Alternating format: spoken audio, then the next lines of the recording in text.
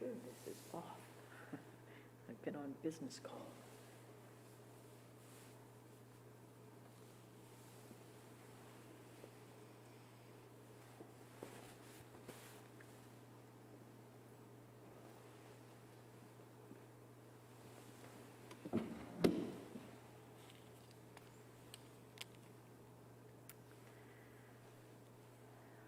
And so we will begin.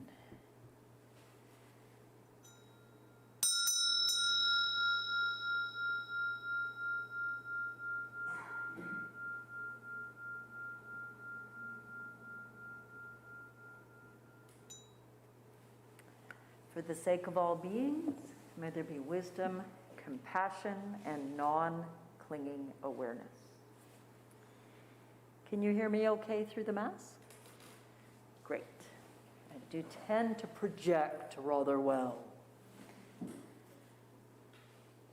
So tonight, rather than starting with a sit, I'm going to start with some teaching, because I thought I would talk tonight a bit more about meditation itself and the practice itself, and then move into probably a couple of short meditations applying that teaching to the practice itself. But perhaps to begin, just to ground ourselves with a breath in and a breath out, relaxing and showing up. Thank you for making the effort to bring your physical forms here in this venue, for which I am always very grateful. And I wanted to talk this evening a bit about samatha and vipassana. Arguably, from the Theravada tradition anyway, I'll just contextualize that for the Tibetan meditators that many of us also are, we can oversimplify and say that those are the two types of meditation, the two ways in which we want to train the mind. And I'll use the English words interchangeably tonight, but samatha we can think of as calming meditation. So that's where we work to quiet the mind, to calm the mind, arguably to slow the mind, but we don't necessarily actively slow the mind. It's more that the slowing of the mind is an outcome of the calming practice. Does that make sense? As you allow, as opposed to make, as you allow the mind to settle, it's more you create the circumstances for the mind to settle within. You've probably all experienced that. You've probably all experienced trying to slow down your mind. How well did it go? You've probably experienced trying to calm down, right? I know I've done that. I did that earlier today. There was a financial business snafu, and I became quite anxious, and my wise, intelligent mind was saying, it's okay, it will get managed, but the body was anxious. It was in a bit of fight or flight, and trying to calm down doesn't work. Because when we're anxious, we're flooded with biochemistry of cortisol and adrenaline, and it takes around 20 minutes for the body to calm down. Some of you have heard me say this next bit before, but if you've ever woken up from a nightmare, the way we all have, right? We wake up not like this. Oh, that was a really cool dream about being killed by a shark. Well, that's not how we wake up. We wake up something like this. And then we almost immediately, thankfully, realize we're in our bed, we're safe, there's no shark, and we think or say out loud, oh, it was only a dream. But our body remains agitated for about 20 minutes, right? So it's a great example of even when we realize and believe completely that there is no risk, if the body thought for a second there was a risk, it remains agitated for roughly about 20 minutes, according to the science. So if you try to calm the mind when it's agitated by having an intelligent thought, I'm worried about nothing, or yeah, this is a problem, but it will get solved at work Monday, or I'm sure the landlord will understand why my thing bounced because of that weird charge that ICBC put on that they shouldn't have. I'll get it all cleared up Monday, it'll be fine.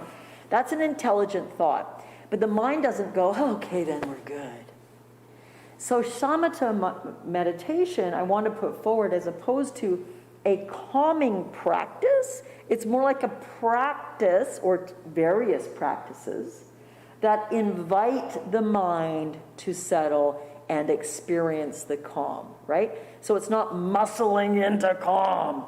It's, I guess I'm not much of a gardener, I'm sure some of you are, but a bit like preparing the soil and planting the seeds and watering and learning about the temperatures, and you're creating the circumstances within which those plants or vegetables can grow.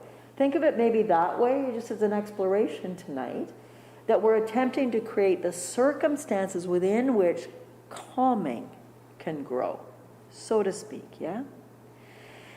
So I mentioned there, I don't want to imply there's a calming meditation. Last session together, I think, I did a heart meditation. It might have been 2 sessions ago.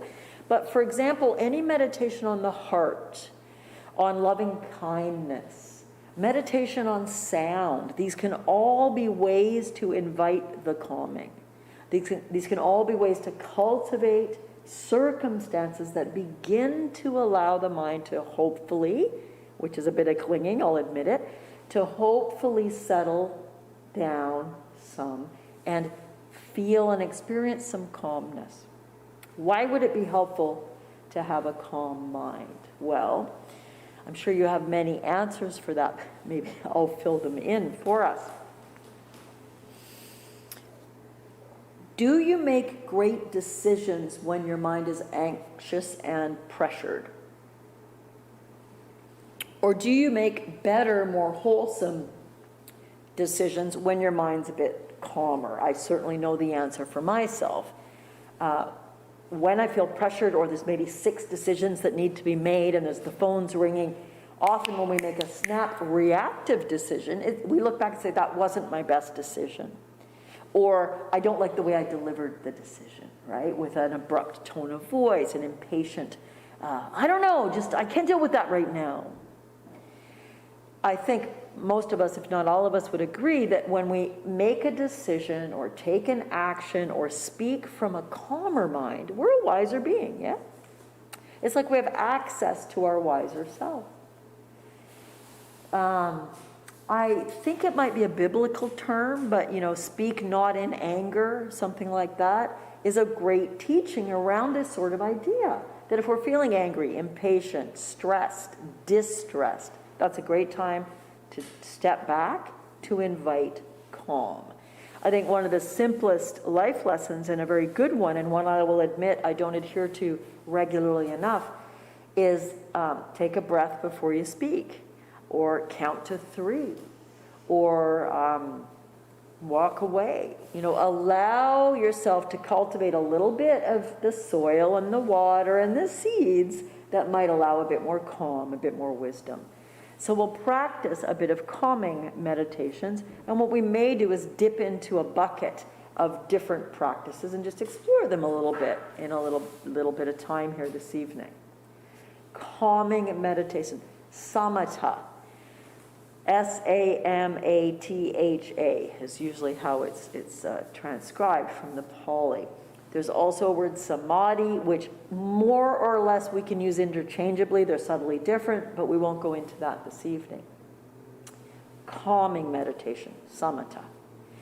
Then another type of meditation, and the practice may be similar, but the purpose is different, is vipassana meditation, a word many of you are familiar with, which is more or less accurately translated as insight meditation. Now again, it's not so much that we're meditating to get insight. It's that we're doing the practice, hopefully somewhat methodically, hopefully somewhat regularly, hopefully somewhat diligently, and insight arises from the practice. Now, in the most simple level, I believe all of you in this room, I know all these faces in the room tonight, have practiced to some degree, a little, a medium, or a lot, breath meditation, right? Which is a concentration practice. Whoa, there's a third one, Cheryl. You said we were going to talk about calming and insight. Well, now I'm talking about concentration. There are all these puzzle pieces to how we work with the mind, and I felt moved tonight to remind you of some of them and maybe paint a picture that would be helpful. Concentration practice, I always do this, right? It's like a habitual thing I can't not do when I say concentration practice, because I always think of it as a funnel, like when you're baking and you're funneling something, or we use a little funnel when we fill up the hummingbird feeder because it's got a narrow neck. So you've got the funnel, this is your attention, it's vast, it's everywhere. Concentration practice is boom, bringing our attention so it's focused on a single thing. And the most commonly taught practice for that in Buddha Dharma meditation and some other forms, and according to the Buddha, breath meditation, anapanasati, where we concentrate on a single breath, is the most applicable type of meditation for each different sort of mind. So whatever mind each of us have in this room, breath practice will be valuable. I don't want to confuse you. I'm talking about calming practices, samatha, kind of samadhi. I'm talking about vipassana, insight. I'm going to explain it a bit more in a minute, because then I took a left turn to a related area to insight, which is concentration practice. I then talked about breath. So when we meditate on breath, which we'll do in a few minutes, we do our best to really concentrate directly on the direct experience of this single breath. Not just the idea of the breath, not the concept of the breath, but the felt experience in the physiology of that breath coming into the body and coming out of the body. Now there's other techniques many of you have practiced with me and perhaps elsewhere to help us pay better attention to breath, because let's face it, myself included, it's pretty difficult to focus on more than a breath or two without the mind wandering, right? Which means your concentration's wavered. To be a little harsh and unfair, we've failed when our meditation wavers, because the purpose is to stay with one breath. So there's techniques I've taken many of you through that I'll remind you of right now. We'll practice them a little bit tonight. It's going to be a little bit of a buffet of practices tonight. One technique is to count the breath. You breathe in and you mentally think 1. You breathe out and you mentally think 1. You breathe in and you mentally think 2. You breathe out and you mentally think 2. And then you think, wow, I got to 2, which is a distracting thought. Your concentration's wavered. So you go back and you start again, and the next breath, 1. 2. My foot is itchy. Dang it. 1. And you can certainly go an entire 10-day retreat with maybe 6, 7 practice periods a day and never get beyond 1 or 2 or 3 if you're being meticulous, if you're really being honest, that the mind wavers a bit. As the mind settles, oh wait, we're now back to calming. As the mind settles, it can become easier, not surprisingly, right, to stay with maybe more than 2 breaths, maybe 3 or 4. I want you to start to hear how these different aspects are starting to relate to each other. When we do the practice, the mind may settle and calm a bit. When the mind calms a bit, it may concentrate a bit more effectively. Wait a second, what about insight, Cheryl? You haven't really explained that yet, vipassana. In the practice of watching a single breath, and many other practices, but we'll stick to breath right now, what is it we experience? Well, we experience the beginning of this breath, the middle of this breath, and then what? The eventual end of this breath, right? That breath, pretty much as I've said that, we've all had 1 inhale and 1 exhale at least. So that inhale and exhale each of us had in our own pace, in our own bodies, in our own lungs 2 minutes ago will never happen again, right? That was it. That breath has arisen, had the experience, been experienced, it's fallen away, and it no longer exists. It's done.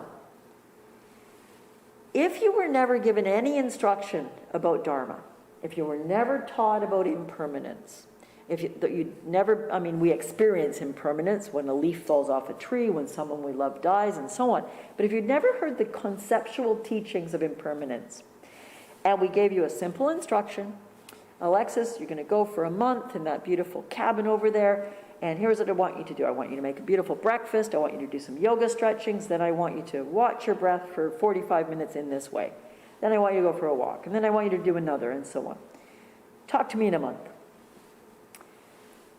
Through the practice of watching those thousands, tens of thousands, I guess I didn't do the math on this before I sat down, but maybe hundreds of thousands of breaths that Alexis would breathe in that 30 days. It may well dawn on her, even without any formal teachings, nothing lasts forever. That's insight.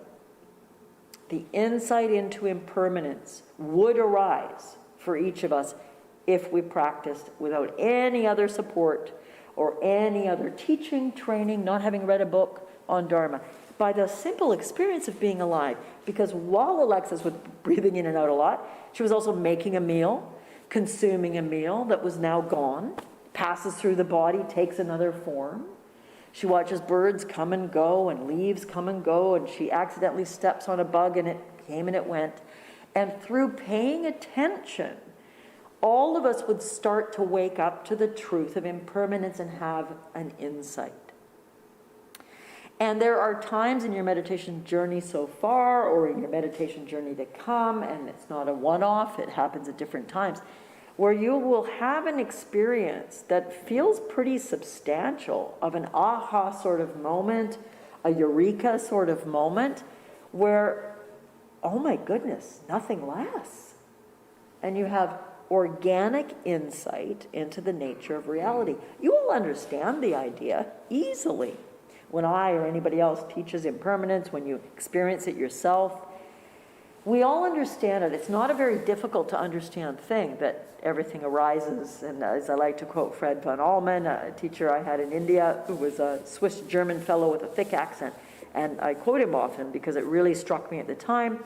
He always said, and I can't do a Swiss-German accent, but things arise, they do their little dance, and they pass away. And that made a real impression on me, that retreat. It was such a beautiful way to describe the experience of everything. Love affairs arise, they do their little dance, and they pass away. They might not pass away for 60 years with lots of variation in those 60 years, but at some point one or the other of us will probably predecease the other, right? And it passes away. Our meals, our breath, that car that just whizzed by, because I'm facing out, so I see the traffic in this position. A red truck just whizzed by. So in my visual field, it arose and it passed away. Insight. I'm going to put forward that we can, to some degree, work with insight conceptually by listening to Dharma, by reading, by watching the world, by knowing, yeah, I know nothing lasts. But it is through the practices that we can have, for most of us anyway, some may just be really get it right away in their body. The rest of us, it's through the practice that we start to have these little epiphanies, or sometimes big ones, of, holy smokes, everything really does arise and pass away. That's the insight piece. So often it's taught as we should practice. I don't care for the word should there, but let's change that to it's beneficial, it's wholesome, it's advantageous to practice calming and to practice insight. Because, and I'm going to get maybe slightly controversial here, I got to be careful because you've got me on the World Wide Web, I could lose my Buddha license.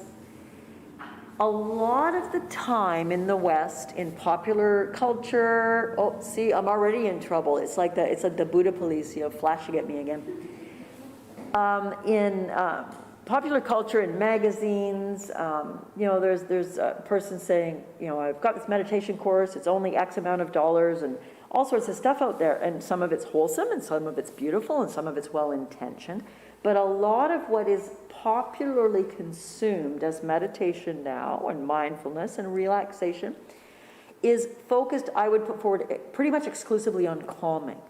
Right? Now, there's nothing wrong with calming. If I could get the entire planet to practice a gentle, calming practice that made each of us a little more calm, therefore a little less reactive, a little less irritable, a little less snappy, a little less anxious, that would be of benefit. Yeah, that would be wholesome. But it's not awakening. It would make you hopefully a bit happier, which is marvelous. Let's applaud that. It would make you a bit less anxious, marvelous. It might make you less angry. And in Buddha Dharma and in psychology and in our experience, the opposite of anger and irritation is patience. When you're patient, you don't tend to be irritated or irritable. When you're patient, you're a lot less likely to be angry when something goes in a way you don't want. It's more like, oh, wow, what's going on for you? Instead of, don't talk to me like that. So if the whole world practiced only a calming practice, that would be of benefit. I'm not knocking it. Did you hear me, World Wide Web? I'm not knocking calming practice, but I'm saying it's not enough if you want freedom. All right then, I have witnesses. Calming practice is lovely. Calming practice alone is not Dharma.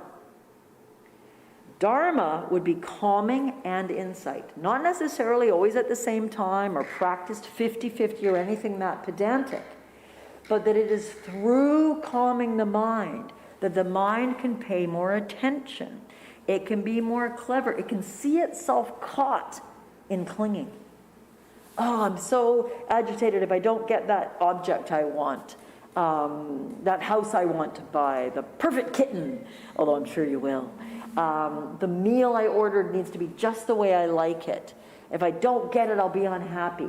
Well, when you have insight, you see the foolishness of that thought loop. You see that whether you get the house you want to buy, the perfect kitten, or the meal, or the steak cooked just so, it all arises and passes away. Now, that's not meant to be nihilistic. It's meant to say, so if it doesn't work out the way you desire, that's okay. That makes sense. The clinging piece is we temporarily lose the insight into the nature of reality, which is all the things we want, many of which are wholesome and good, and I encourage you to work toward them and make space for them and to enjoy them when you create them. But they're not going to keep us happy. Insight sees that, and weirdly, by weirdly I mean unusually, when we see that the love affair, the house, the whatever, the accolades, the perfect job, can't make us happy, it can let us relax and enjoy those things more thoroughly. We're not putting the kind of weight on that thing to solve our life. That's part of insight, right? Because again, it's quite important. I'm not worried about you in the room, but people on streaming may not have heard these teachings in the same way. It doesn't mean there's anything wrong with having a wholesome job and grandchildren you love and dating and creating a home that's beautiful, maybe splurging on a beautiful object that you could certainly live without. You don't need a decorative cloisonné vase. But if it's beautiful, if when you look at it, it warms your heart and you appreciate the artistry, that can be very wholesome. You don't have to be an ascetic to wake up. But if you are only happy when you go, what do they call it, retail therapy shopping and buy yourself the 7th cloisonné vase or whatever, you're missing the point. My teachers have beautiful objects in their homes. Some of you have been to Lama Mark's home on Galiano. I've been to Lama Mark and Laurel's home in Guatemala. I was in Namjo Rinpoche's home several times back in 2000, 2002. Beautiful things. Namjo Rinpoche collected beautiful objects. He had a cabinet in his living room, maybe sitting room, I don't quite remember, but it was this wooden cabinet with drawers, and there was half a dozen people over for a meal. And he asked Terry, his attendant, to go to this cabinet and open the drawers and pulled out reams and reams of silks that they'd collected in India and elsewhere. And they simply brought out these incredible silks, different colors, iridescent, radiant, spectacularly beautiful. And they just showed them, and we looked at them and oohed and awed. Now, what was the point of that? Was the point of that, look at all the nice stuff I have? No. The point was to bring objects of beauty to help our minds wake up, to help our hearts be gladdened by this beauty, by the intricacy of the workmanship. There's nothing wrong with beautiful objects as long as your mind's in the right place.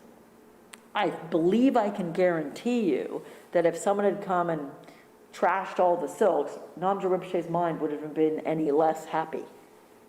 They come, they go. It arises, it passes away. The insight into impermanence. I talked, I think, a couple of classes ago about the 3 characteristics of existence. It might have been the first time we gathered here, maybe 3 lessons ago, I'm not sure. But that's impermanence, which I've talked a lot about this evening. It's dukkha. The truth of reality is there's going to be some suffering because of that darn impermanence. People we love get ill and die. Things we love, the cloisonne vase, it gets broken. We stumble, we bump it, or a kitten knocks it off the mantelpiece. This is bound to happen at our house soon. They've broken a few things already. And it's there, and now it's in another form. Not the kitten's fine, but the thing they knock off is broken. And if you get in a foul mood about it, if you rail against, it's terrible, it's just a thing, and now it's in a different form. Calming meditation is a terrific practice to use at any time, because we all need it all the time. I do. I needed it an hour or 2 ago when this weird business financial glitch happened. And I thought, oh no, what if it doesn't get solved? And the body got agitated. The mind got intelligent and said, okay, Cheryl, it will get solved one way or the other. And if the deal falls through, that's impermanence. It'll be somewhat unfortunate, but it's not the nature of happiness. I was literally saying those sorts of things. But the body was still like, I don't feel calm. I feel worried. So I happened to be with Richard in the car, and so we talked about Dharma, and we talked about the elephant. The elephant of the depth that says things come and go. And yeah, sometimes it's unfortunate when things don't work out the way we hope they would, but ultimately it's okay. That's insight. Calm and insight. Shamatha and vipassana. We utilize concentration practice. I'll call that a technique at the moment. That's not entirely correct, but just to hopefully delineate this as clearly as I can this evening. Concentration is a technique of meditation that we utilize to do what? Help develop calm and help allow space for insight. See, these things start to fit together a bit like a pie. Haven't had supper yet, I'm hungry. Pieces of a pie fitting together. And it can be very confusing when you're reading a Dharma book or listening to say, well, is it this, is it that, is it the other? Perhaps, I'm not sure this is technically always accurate, so hold it gently, but think of it as the Buddha talked about skill and means, meaning that a good teacher, a good leader, someone who can assist us on our path has skill and means. They've got a really good bag of excellent techniques and tricks. The Buddha had taught 42 classical meditations, and that's just within the Theravadan system. The system more related to the historical Shakyamuni Buddha. Then we get the Mahayana practices that bring in a lot more. Then we get the Tibetan practices. Many of you are familiar with those to some degree now. Bring in all sorts of other types of meditation, right? Mantra, visualization, deity practice, tantric practice. But even when we take it back to the historical Buddha, approximately 2,500, 2,600 years ago, 42 classical meditations, of which breath is one. Why so many? Skill and means. What does our mind need at this time? What is most skillful at this time? Where is our mind naturally fairly gifted, or at least vaguely adept? Some of us, our mind calms quite easily. That's a strength for your mind. You can be frenetic, and when you sit down and settle and invite the mind to settle, some of you that will be quite easy. Others of you that will be a real difficult thing. Some of you, when you're asked to just concentrate on one thing, that feels like a relief, and the mind quite naturally does that. It doesn't mean it doesn't wander, but that the mind takes quite well to concentration practice. Others of you, breath meditation feels horrible, like a dreadful, almost brutal slog, and like the mind gets more agitated and more distressed as you attempt to muscle it in to breath meditation. And that's where I differ from some Western teachers, that I would then, depending on the student and if I know your mind, potentially send you in a different direction. A few of you, I've introduced you to open awareness meditation pretty early on in your practice, and that helps your mind settle. For me, early on in like the mid-1990s, early 1990s, when I was starting meditation, I had so much anxiety and distress in the mind back then that open awareness meditation would have been pointless for me. It just would have been thinking about 8 billion things and feeling nothing. But for some of you, it's been really helpful to introduce that earlier. Different strengths and weaknesses, different ways to meditate. We use this word meditation like it's a thing, right? A practice. Like everybody's doing the same thing in the same way. So as I was thinking about this afternoon, I had a bit of time to think about tonight's class, and I thought, I think it would be good to remind us, or for some of you, maybe some watching for the first time, reassure you that there are 42 classical meditations, plus all the tantric and other practices, plus some body practices. We sometimes do moving meditation with Neil or others leading, beautiful yogic meditation. But I'm going to make a caveat there. Don't think that means it's a smorgasbord and I'll just pick the one I like.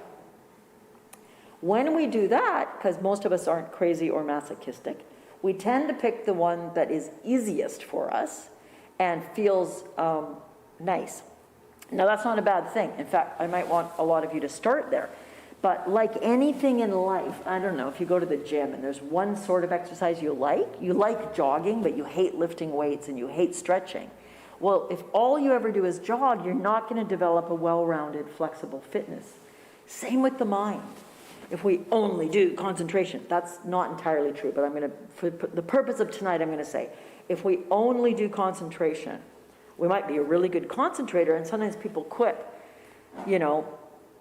A thief, like Mission Impossible or whatever, breaking into these like vaults or the Louvre with all these, what are they, laser beams that if you trip them, and the thing, and you're hanging in the air, and Tom Cruise or whatever, is extremely good at concentration. Like seriously, like better than all of you put together.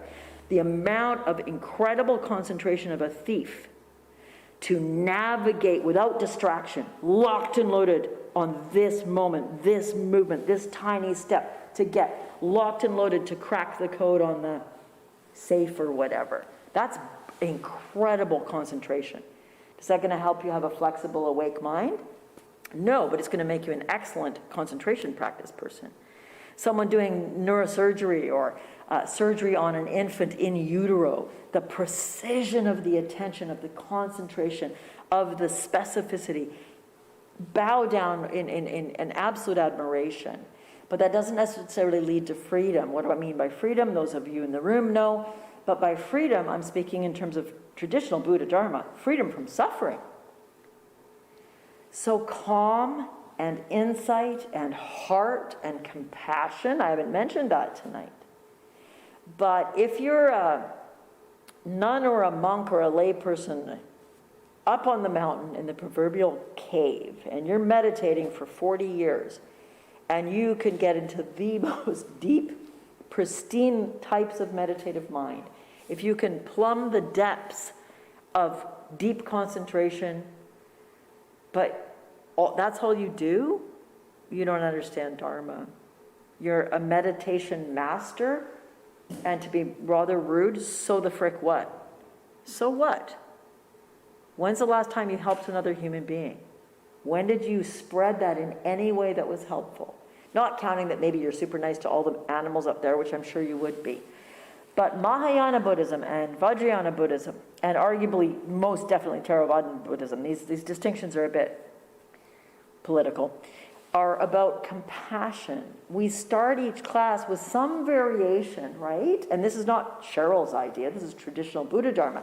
We start every class with some variation of an aspiration. Tonight it was one, I utilize a lot, a phrase from my teachers and others, which is for the sake of all beings. I could stop right there. For the sake of all beings, not for the sake of me up on my mountain. For the sake of all beings, may there be wisdom, compassion, there it is the second time, and non-clinging awareness. If it's not for others at some point, I'm going to come back to that. If it's not for others at some point, If compassion isn't in your Dharma, it's not Dharma. It's being a really good meditator. Bully for you. I mean, yeah, it's better than nothing, but it's nothing. Because if all you are is a good meditator and you're not a good human being, then that's not the point, is it? What did I say I was just going to go back to? Be a really good meditator. I just said I was going to go back to something and I've forgotten what it was.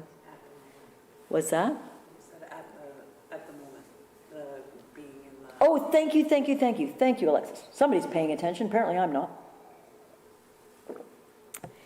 If it's not about other beings, but I said, maybe not at this moment. Thank you. What I meant was, a lot of you come to the Dharma, I know I did, and we're very burned out.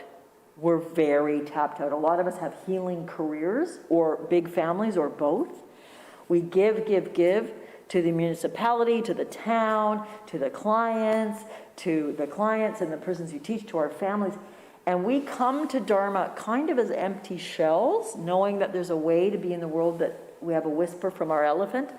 And I don't want you at that point, maybe not for years, to worry too much about others. I need to bring you to care for the self, to fill up the empty self, to have self-compassion, to build your flexibility, your strength, your ability to meditate, your ability to settle down. In time, naturally, you will start to share from your heart to others. But one of the beauties of this group of Island Dharma, one of the beauties of coming to these classes or watching them or coming to a retreat, is that we try to be, we won't always succeed expertly because we're flawed humans too, but we try to create circumstances where a lot of people come and all they do is receive, because they are coming so exhausted. And to come in, and even if we said, gee, would a few people mind staying behind to help with the chairs? It'd be like, oh, another thing. And I don't mean that in any bad way. I've absolutely been that person. And what I needed was to be like embraced in the arms of the Mother Dharma and asked for nothing. And then when I started to rebuild this being's exhaustion, this being's confusion in the world, this being smothered by dukkha, naturally you eventually start to say, can I help somehow? So one of the beautiful things, and thank you to each of you, almost everybody in this room, I think everybody, at times you've stepped up to help in some way. And that's really, really important. But there's also times where I might say, no, you've done enough. You've got a lot going on. Step back, we'll get someone else. So that's what I meant, and thanks to Alexis for reminding me. If it's not about compassion for others, you're on the wrong track, but maybe not right now. Because so many of you, and myself in the day, and now when I run myself down, I go to the Dharma, and it's to receive, is to fill up this being, so I've got something to share. So please, if you're like, oh, I should help more, and oh, yep, but maybe not now. Maybe right now you need to receive our compassion and the love of Shelley and Neil or Alexis, who can show up and create the room for you right now. There'll be times where they need to pull back, and one of you will be ready to step in and go, I actually can help. I'm happy to help. I've got a bit of juice.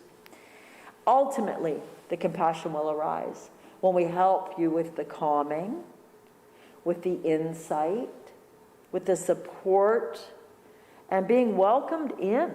You know, just welcome. Come listen. We're happy to help. We're glad you're here, right? So, samatha, calming, and vipassana, insight. These are pieces of a pretty complicated puzzle. Different ways to train the mind, just like the gym analogy I used. Can we develop calm? Can we develop insight?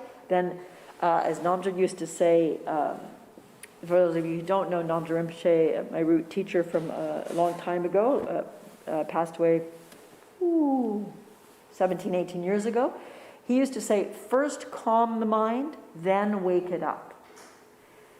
And that's because many of us come in with quite an anxious, frenetic mind, and we need to do a fair bit, some of us years, some of us months, some of us many years, of learning to settle the mind. But then when we get a settled mind, we can enjoy and explore that, a calm mind meditation. There comes a point where the next step, it's not quite sequential, but I'll let that stand for now. The next step is to then start to wake that mind up so it can remain calm, but clear. Calm, but alert. Calm, but crystal. For a lot of us, we'll develop calm. It will be more of a dreamy calm, and that's really important for a while. But then we want to wake it up. So I'm not going to say there's always something new, but in a way, I guess, until we're fully awake Buddhas, and I'm certainly not yet, you think, oh, I've got it. I can calm my mind now. Awesome. Now let's go into the next thing. And now let's add this. Now let's wake it up, bring more clarity. For the sake of all beings, may there be wisdom. That's insight as well. Kind of another word for insight. Wisdom. Seeing the nature of reality. Understanding the Four Noble Truths. Understanding the nature of existence.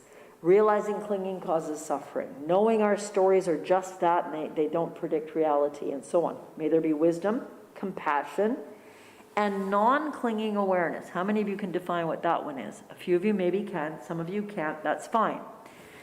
Non-clinging awareness speaks to a vaster level,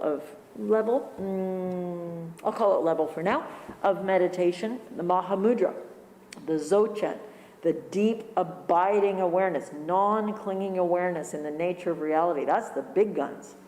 Some of you have dabbled in that a bit with me. You've heard some teachings from Lama Mark around Mahamudra. Some of you are quite puzzled. That's fine. We have lots of time, I hope, on this planet together. Wisdom, compassion, and non-clinging awareness are kind of the trifecta of mind. So I'm more talking about, I'm going to call it, without any disrespect, I'm talking about high school right now.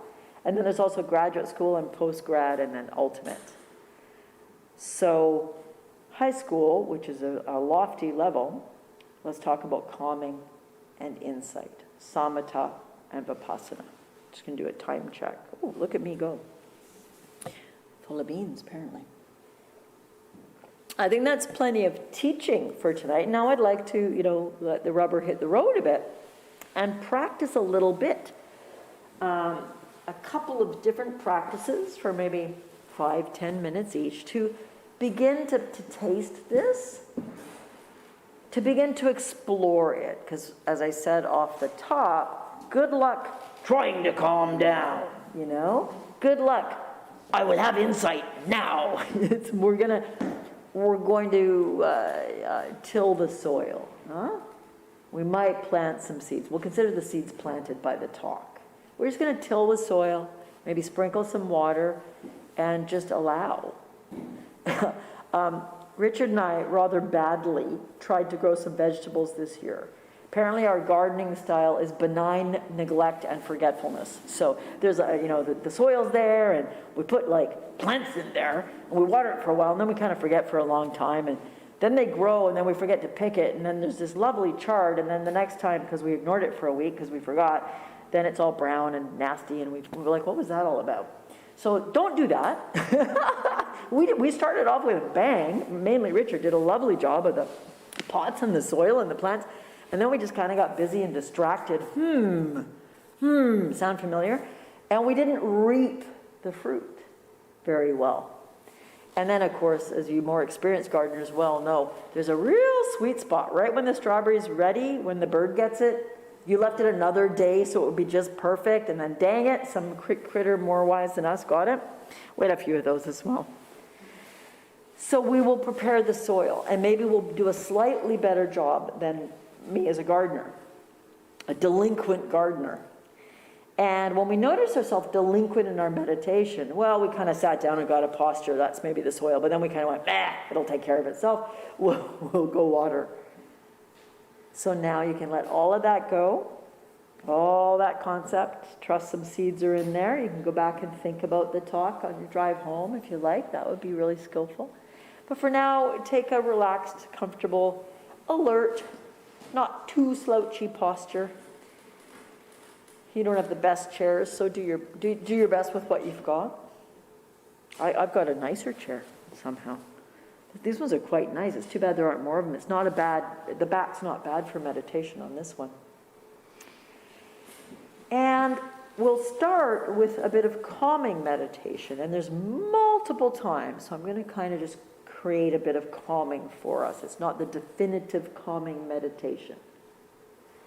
But for now, just settling in with eyes closed and beginning by simply feeling your body on the chair. And you can allow the mind to sort of gently scan that instruction, meaning you don't have to only focus on where your foot is on the floor, which is concentration practice, which is very helpful. But for calming, I'm going to let you interpret for about 5 minutes here. You're going to just explore the experience of what the sensations are of your body making contact with the chair or the floor. Also, maybe your body making contact with itself. The backs of my wrists are contacting the tops of my thighs.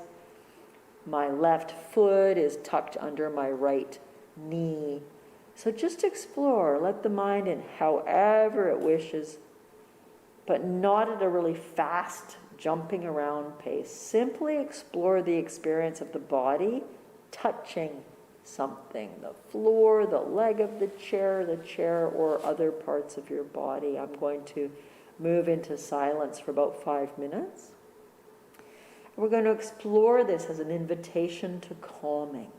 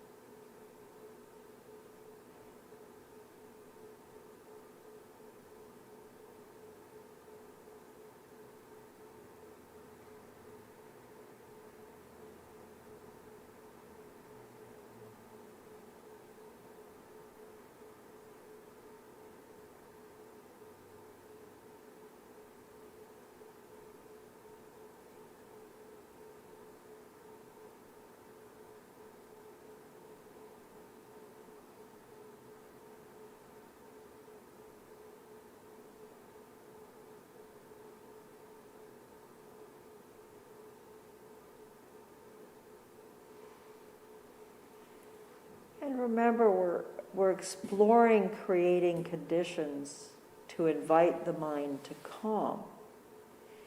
And sometimes starting with a meditation on the rupa, on form, on the physical body is helpful. Inviting the mind to focus on something kind of gross in terms of large, like the sensation of your buttocks on the chair or your foot on the floor. It's quite a big object, it's quite tangible, that can be really helpful. Especially if the mind's quite busy, frenetic, or anxious, to take a bigger object to explore. I also instructed you, instead of more of a concentration practice, like focus just on your feet on the floor, you could allow your mind to experience different aspects of the body. Sometimes giving the mind a little more to do can till that soil well for the calming to occur. For those of you who sometimes practice with Tibetan forms, many of you in this room do, that can be a beautiful outcome of a more complex meditation, like a tantric or a Tibetan style meditation, where you've got mantra. You might be counting on your mala, your rosary, and visualizing form and light. That can seem quite busy, but it can be very calming to give the mind things to do that are wholesome, instead of at that time asking it to concentrate on a single thing. So we'll move now into another style of meditation that can sometimes be helpful to cultivate the circumstances, the conditions for calm.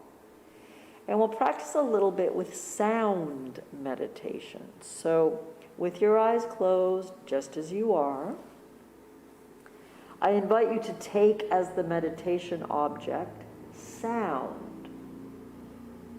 And I invite you to pretend your microphone, a sensitive receiver that picks up sounds. The way Neil's computer's picking up sound, he's got an audio recorder here. These are passive objects that are simply there and available to experience sound. We can practice that ourselves through our ear objects. So of course, we just heard a moment ago some sort of louder vehicle went by, perhaps a motorcycle, I'm not certain, and that sound appeared. You know, when the vehicle was further away, we couldn't hear it. When it arrived a bit closer, our ear could hear it, depending how acute or poor our hearing is. And then we heard it for a bit as it zoomed by, and then it faded and it left. That was the experience anyway. If you were riding that vehicle or in that vehicle, the sound would have continued. You know that, I'm stating the obvious, but I'm getting that flavor of, for the next 5 minutes or so, I'll more or less cease speaking. And just open your mind, your ear consciousness up, and experience sounds. Sounds from outside this room, sounds from inside this room, sounds from our own body, sounds from the bodies next to us. Someone might uncross and cross their legs. There might be a bit of a shuffle. Just be a courteous observer, an open receiver, inviting the mind to welcome the exploration of sound.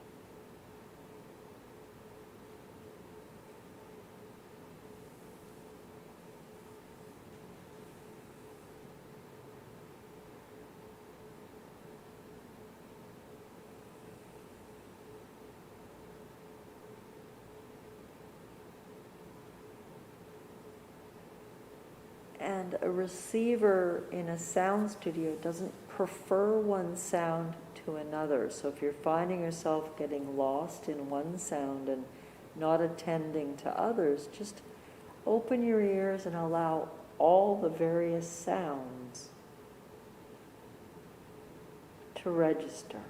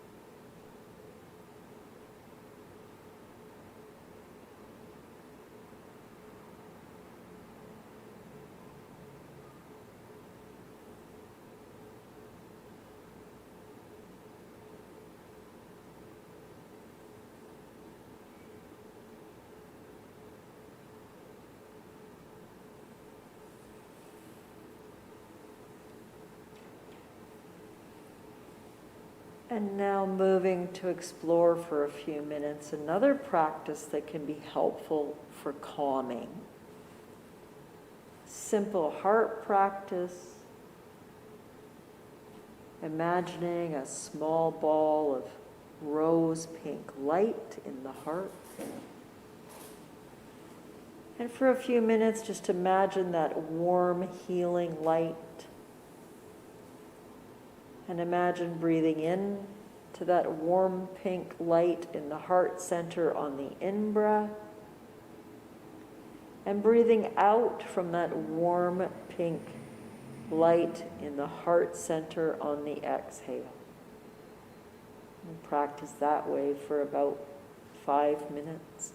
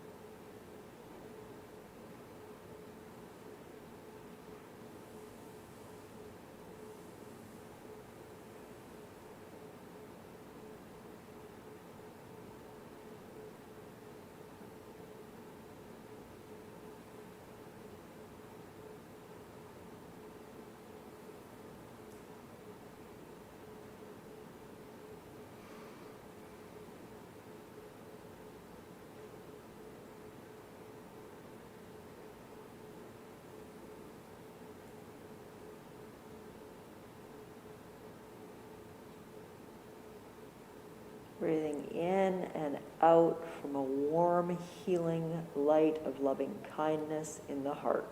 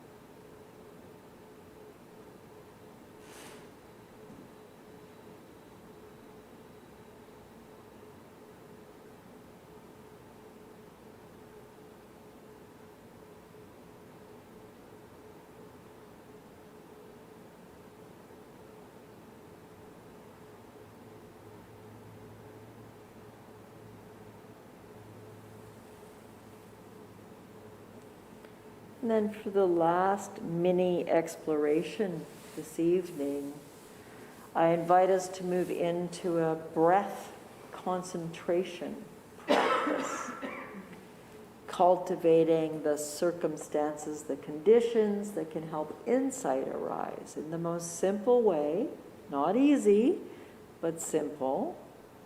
We'll focus directly on a single breath, with or without the counting technique. If you wish to count, simply focusing as deeply as you can on the inhale, mentally counting 1. Exhale 1.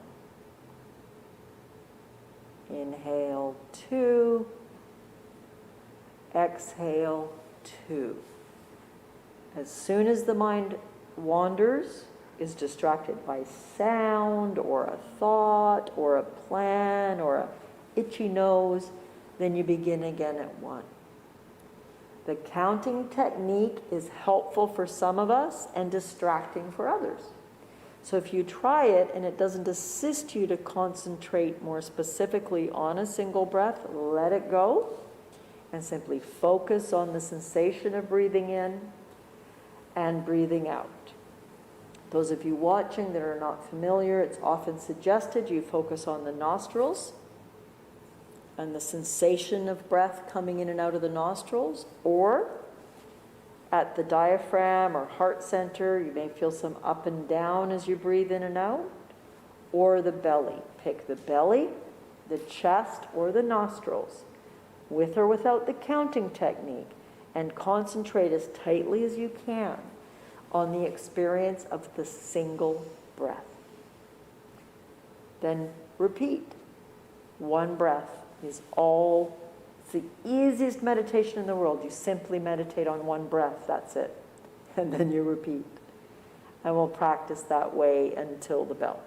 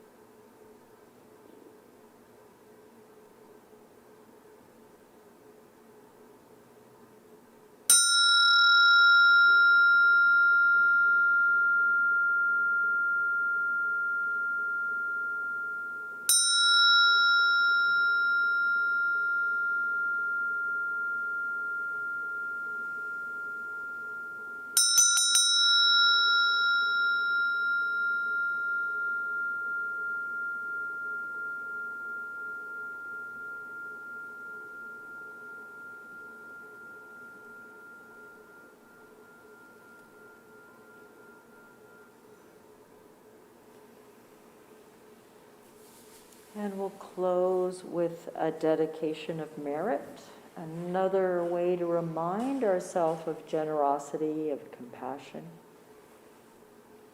By the merit of this strengthening activity this evening, of speaking about meditation and Dharma and practicing together, may there be a cessation of the confusion and the poisons of greed, hatred, and delusion. May all beings be well. May all beings be happy. May all beings be free from suffering. May all beings dwell in equanimity, not being close to some and distant from others.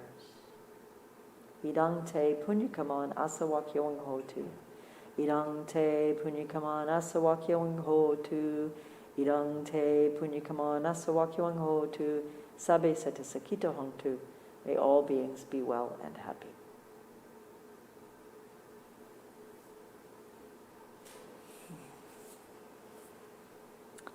Thank you for your kind attention this evening. And I think we can let Neil off the hook for a Dharma Talk, because I think everybody here knows the drill. And it's good timing. I will be just giving the rent to somebody to put in our bank account. So if you have any little bit. Thank you. I'm actually going to do a little shout out for support. Island Dharma is broke because we didn't have meetings for a year and a half, and you're all so generous that when you throw your toonies and your fives in, we get a bit of a pool in the bank of a couple $100, which we use to pay. It's $60 a night here. Those of you watching, those of you who've watched this last year or so when I taught online where I could, if you're able to throw $20 in the rental jar now and then, maybe $50 once a year, it's super helpful just to build us up a little bit of wiggle room in the empty bank account. So we've got that $60 to pass on. Those of you watching, feel free to e-transfer, and you can make a note. This is for rent or to support the activities of the Buddha Dharma. I am more than happy if you have generosity in your heart you'd like to offer to me as the teacher. Right now, if you're willing to redirect it to the group, that would be lovely as well. So thank you for that. Thank you for mentioning it, Neil. Yes? Where can we make an e-transfer? Can you send out an email about that? Is it islanddharma@gmail.com? I'm not sure. I will, Yeah, so Neil will send out an email. Thank you for the clarification and write a few lines about if you're able to support Island Dharma so we can pay just for the rent of the classes and setting up retreats. All donations lovingly accepted. So we haven't yet chosen our next evenings. I'm assuming some of you would like to continue in person as long as directives make that safe and good, which looks hopeful. Again, it's a very safe venue, managed beautifully by our volunteers.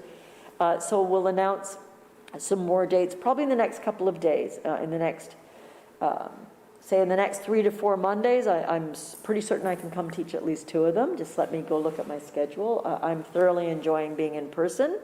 And thanks to Neil's incredible dedication and generosity, people who can't join us in person can still watch. So may all beings access the Dharma in any way we can, and then share it by a moment of kindness, a wink and a smile in the right context. You could get in trouble in the wrong context to someone who's struggling. Smile at that beleaguered grocery worker. Thank that person who is doing whatever they're doing. And just remember, we're all in this together. Whatever our views, whatever our choices, whatever our vote, we're all in this together. And we can respect differences and become curious. Wouldn't that be a good improvement? So, thank you.